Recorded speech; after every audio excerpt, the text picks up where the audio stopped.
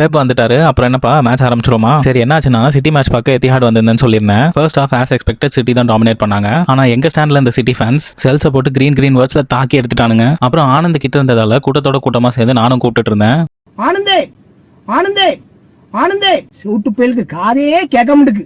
முறையில ஓட பொடி முரட்டு பொடியா இருக்கே. ஃபாரஸ்டோட ஸ்கெட்ச் ஆனந்துக்கு போல போட்ட ஸ்கெட்சை ஒழுங்கா போடல. செமனியோ ஃப்ரீயா விட்டாங்க. கோல் போனது பிரச்சனை இல்ல, சர்க்கி அசிஸ்ட் வந்தது தான் பார்க்கவே முடியல. இத்துடன் ஃபர்ஸ்ட் ஹாஃப் முடிந்தது. செகண்ட் ஹாஃப் துவக்கத்துல இப்போ டானர்மா எங்க பக்கம் என்ன கெஸ்டர் எல்லாம் பயங்கரமா இருக்கேன்னு சைட்ல பார்த்தேன். ஏதோ அவங்க மொழியில பேசிக்கிறாங்க. கண்டிப்பா கிரீன் வேர்ட்ஸா இருக்காது மட்டும் எனக்கு தெரியும். என்ன பெப்பு ஜாலியா உட்காந்து மேட்ச் பாக்குறீங்களா? இருங்க அடுத்த ஃப்ரேம்ல பிரஷர் ஏத்துறேன். கிப்ஸ் ஒயிட் கிட்ட இருந்து வேற லெவல்ல ஒரு கோல் போகும்னு யாருமே எக்ஸ்பெக்ட் பண்ணல. டைம் இந்த ஹைலைட்ஸ்ல பாருங்க. இப்போ சந்தோஷமா இருக்கிறது நானும் ஃபாரஸ்ட் ஃபேன்ஸும் தான்.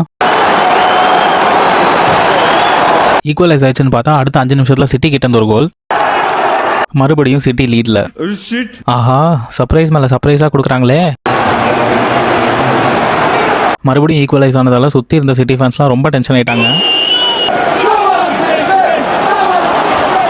எல்லாம் ரொம்ப கத்திட்டு இருந்தாங்க. கமான் சிட்டினாங்க. எனக்கா இப்போ ஃபாரஸ்ட் கோல் போட்டா செம்மையா இருக்கும்ல அப்படின்னு தான் தோணுச்சு. கடைசியில என்னாச்சுன்னா டிரா பண்ணிட்டாங்க. டு பி ஹானஸ்ட் ஃபர்ஸ்ட் நான் இந்த மேட்சுக்கு வரணுமான்னு தான் யோசிச்சேன். ஆனா இப்போ நான் ஸ்டேடியம்ல பார்த்ததுல ஒன் ஆஃப் த பெஸ்ட் மேட்ச்னு சொல்லுவேன். ஆனா அடுத்த நிறுத்தம் ஆல் டைம் ரன்னர்ஸ் இப்போ வின் பண்ணிடுவாங்களோ அவங்க தான் அங்க சந்திப்போம். எனக்கு ஸ்பெசிஃபிக்கா இருக்க பிடிக்கும். ஸோ ஸ்கிரீன்ல வர டேட் அண்ட் டைமுக்கு வீடியோ வந்துடும்.